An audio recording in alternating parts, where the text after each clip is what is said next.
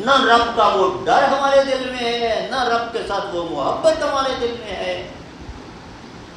بس آرٹیفیشل طریقوں سے ہم عبادتیں بھی بس رسمن کر رہے ہیں. اللہ قبول کر لے، اس کی مہربانی ہے، ورنہ کون دعویٰ کر سکتا ہے کہ میری نماز اس میرٹ پر ہے جو مطلوب ہے اللہ کی طرف سے؟ کون دعویٰ کر سکتا ہے کہ میرا روزہ اس معیار کا ہے جو اللہ کو مطلوب ہے؟ کون دعویٰ کر سکتا ہے کہ میرا اخلاق وہ ہے جو اللہ کو مطلوب ہے؟ کوئی دعویٰ نہیں کر سکتا. تو میرے بھائیوں، بات یہ ہے کہ اللہ لا الہ الا ہو. ساری طاقتیں، سارے اختیارات، ساری قدرتیں، ساری محبتیں، ساری خیرخائیاں، ساری خیر، اصل راستہ یہ جو ہم پاکستان پر دن رات بیٹھے تبصرے کر رہے ہیں اور رو رہے ہیں اور پریشان، اور یہ سب 2 نمبر طریقے سے ہم ترقی کرنا چاہتے ہیں. آرٹیفیشل طریقے سے ہم معیشت بہتر بنانا چاہتے ہیں. اصل راستہ اختیار نہیں کرتے. سود جو اللہ اور اس کے رسول کے خلاف جنگ ہے، وہ چھوڑنے کے لیے ہم تیار نہیں ہیں. ان اداروں کو ہم چھوڑنے کے لیے تیار نہیں ہیں. باتیں کرتے ہیں ترقی کی، ایک طرف خود اللہ کے خلاف محال کھول کے بیٹھے ہیں، پھر کہتے ہیں یہ ہو گیا. دوسری طرف وَأَنْتُمُ الْأَعْلَوْنَ إِن كُنتُم مُؤْمِنِينَ، وہ ایمان، وہ عقیدہ بنایا ہی نہیں جس کی وجہ سے اللہ نے پچھلی قوموں کو عزتیں، ترقیاں اور غلبے دیے. وہ راستہ ہی ہم نے چھوڑ دیا. تو پھر، اور یہ زیادہ دور کی بات نہیں ہے نا. 14 اگست 1947 کیا کہا تھا؟ پاکستان کا مطلب کیا؟ کہاں ہے اب لا الہ الا اللہ؟ ہر بندہ اپنے گریبان میں جھانک کے دیکھے ذرا، کتنا لا الہ الا اللہ پر عمل ہے اس کا. اس کے گھر میں، اس کے آفس میں، اس کی فیکٹری میں، اس کے محلے میں، اس کے ضلع میں، اس کے صوبے میں، اس کے ملک میں. آپ کا پارلیمنٹ ہاؤس، آپ کا پریزیڈنٹ ہاؤس، آپ کا سی ایم ہاؤس، آپ کا چیف جسٹس ہاؤس.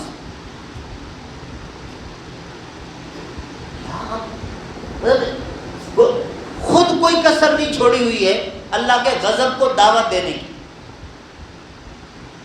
تو کیسے ملے گی عزت؟ کیسے ملے گی ترقی؟ کیسے ملے گی نجات؟ کیسے معیشت بہتر ہوگی؟ کیسے امن آئے گا؟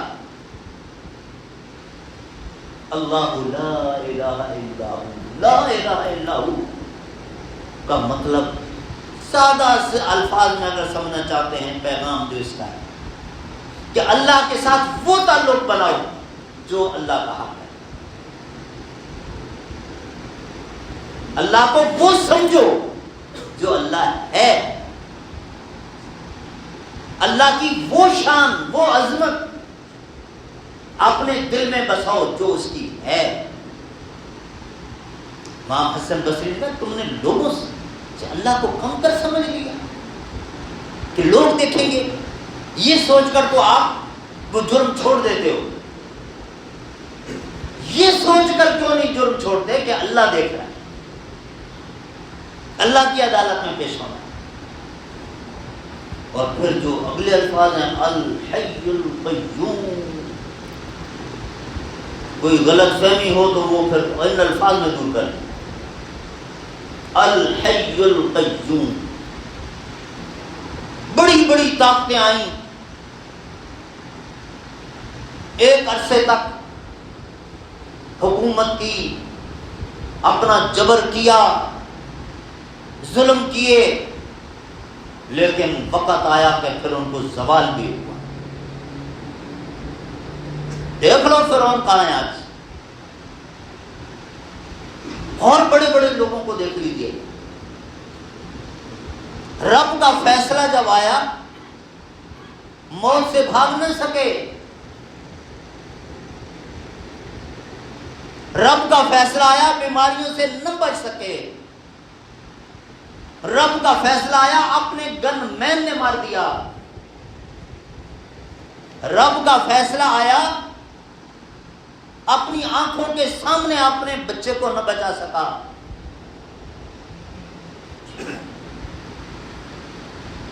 تو بہرحال الحی القیوم، وہ رب جو ہے، باقی تو سارے ایک محدود وقت کے لیے، اور وہ بھی اللہ نے جتنی مہلت دی، بھول ہے لوگوں کی کہ وہ اتنا جی گیا، جتنا اللہ نے رکھا، اس کے بعد رب نے موت وارد کر دی اور سب نے مرنا، کوئی نہیں رہ سکتا اس دنیا میں، سب نے مرنا۔ اگر نبی نہ رہے، ان پر آ گئی وہ رب کا فیصلہ آ گیا، تو باقی کون ہے؟ وہ ہے۔ اور اگر یہ بات، اچھا ہم بہت ساری چیزوں کا بالکل یوں ہتھیلی پہ رزلٹ چاہ رہے ہوتے ہیں، فوراً رزلٹ ملے، جس سے مخالفت، جس نے زیادتی کی فوراً نمٹنا چاہتے ہیں، ہر حربہ استعمال کر کے ایک ظلم کے خلاف آواز اٹھاتے ہوئے خود ظلم کر بیٹھتے ہیں۔ نہیں، امتحان ہے، آپ اپنے ٹریک سے ڈی ٹریک نہیں ہوں گے، اصل راستے سے نہیں ہٹیں گے، آپ ظلم کے ازالے کے لیے ظلم نہیں کریں گے، آپ کو انصاف رب دے گا اللہ۔ حضرت ابو بکر صدیق کا واقعہ سنا کے بات ختم کرتا ہوں۔ مشہور ہے یہودی تلخ الفاظ، غلیظ الفاظ بول رہا ہے، حضرت ابو بکر صدیق بڑے نرم حلیم الطبع انسان، برداشت کرتے رہے، برداشت کرتے رہے، برداشت کرتے رہے، چپ کھڑے، نہیں جواب دیا، لیکن انسان ہے نا، انسان کی آخر ایک لمٹ ہوتی ہے۔ اس کے بعد حضرت ابو بکر صدیق نے جو الفاظ اس یہودی نے کہے تھے، ہم تو کہتے ہیں اینٹ کا جواب پتھر سے، اس نے ایک گالی دی تو 10 دیں، نہیں نہیں نہیں نہیں، جو الفاظ اس نے کہے تھے صرف وہ لوٹائے۔ نبی کریم صلی اللہ علیہ وسلم پیچھے تشریف لا رہے تھے، ابو بکر صدیق کے کندھے پہ ہاتھ رکھا، ابو بکر نے کیا کیا؟ تمہارا دفاع اللہ کے فرشتے کر رہے تھے، تمہاری طرف سے جواب اللہ کے فرشتے دے رہے تھے، جب تم نے خود جواب دے دیا تو پھر اللہ نے اپنے فرشتوں کا چھوڑو، پھر آپ یہ خود نمٹے۔ اللہ، اور ذرا رب پر چھوڑو تو صحیح۔ اللہ رب العالمین ہم سب کو یہ توفیق دے کہ ہم اپنے رب کو پہچانیں اور اس کے ساتھ وہ تعلق بنائیں جو اس کا حق ہے۔ انشاءاللہ اسی میں کامیابی ہے، دنیا میں بھی آخرت میں بھی۔ سبحان ربک رب العزت عما یصفون وسلام علی المرسلین والحمد للہ رب العالمین۔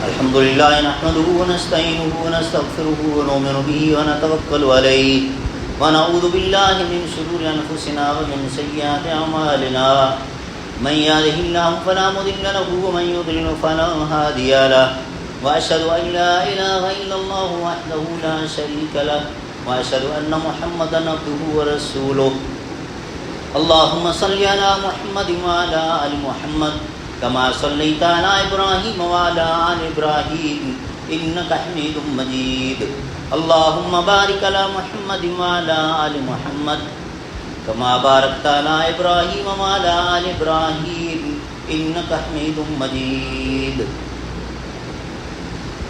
3 روز پہلے جو ایک بربریت ہوئی جامعہ ابی بکر کے مدیر شیخ ضیاء الرحمان مدنی میرے شاگرد بھی تھے، ان کو شہید کیا گیا۔ کل ان کا جنازہ وہاں ہو چکا، بہت سارے ساتھی وہاں اس میں شریک بھی تھے، تو ان کے لیے مغفرت کی دعا مجھے ساتھیوں نے کہا کہ کروائی جائے۔ وہ اور ان جیسے اور ہمارے علماء کرام جو دین کی وجہ سے ٹارگٹ کیے گئے، ان کی ٹھیک ہے دنیاوی زندگی تو ختم ہو گئی، لیکن انشاءاللہ اللہ کے ہاں وہ شہید کے درجے پر۔ ہمارے ذمہ یہ ہے کہ ہم ان کی درجات کی بلندی کے لیے دعائیں کریں، ان کے لواحقین کے صبر کے لیے دعا کریں، اللہ ان کی مغفرت فرمائے، اور دیگر بھی جتنے ہمارے دوست احباب رشتہ دار اس دنیا سے فوت ہو گئے، ایمان پر توحید پر فوت ہوئے، اللہ سب کی بخشش فرما دے، اللہ کی سب کے درجات بلند فرما دے، اللہ جو ان کے ورثاء لواحقین ان کا تو خود حامی اور مددگار ہو جا، ہمیں توفیق دے کہ ہم ان کی کوئی خدمت کر سکیں تو ضرور کریں، اللہ دین کی سربلندی کے لیے ہم سب کو توفیق عطا فرما، دین کی خدمت کرنے والا بنا، دینی تعلیم کی اشاعت اور تجویز کی ہمیں توفیق عطا فرما۔ جو لوگ اس میں اپنا وقت دے رہے ہیں، پیسہ دے رہے ہیں، اپنی صلاحیتیں دے رہے ہیں، اللہ سب اپنی بارگاہ میں قبول فرما، سب کے لیے اس کو صدقہ جاریہ بنا، اللہ ہم سب کو جب تک تو زندہ رکھ، ایمان پر توحید پر اسلام پر زندہ رکھ، اور اللہ جب ہماری موت آئے تو موت سے پہلے کوئی ایسا کام کرنے کی توفیق دے دینا جو تیری بارگاہ میں قبول ہو، اور اس پر ہماری نجات فرما دینا۔ ربنا ظلمنا انفسنا وان لم تغفر لنا وترحمنا لنكونن من الخاسرین، ربنا لا تؤاخذنا ان نسینا واخطانا، ربنا ولا تحمل علينا إصرا كما حملته على الذين من قبلنا، ربنا ولا تحملنا ما لا طاقة لنا به، واعف عنا واغفر لنا وارحمنا أنت مولانا فانصرنا على القوم الكافرين۔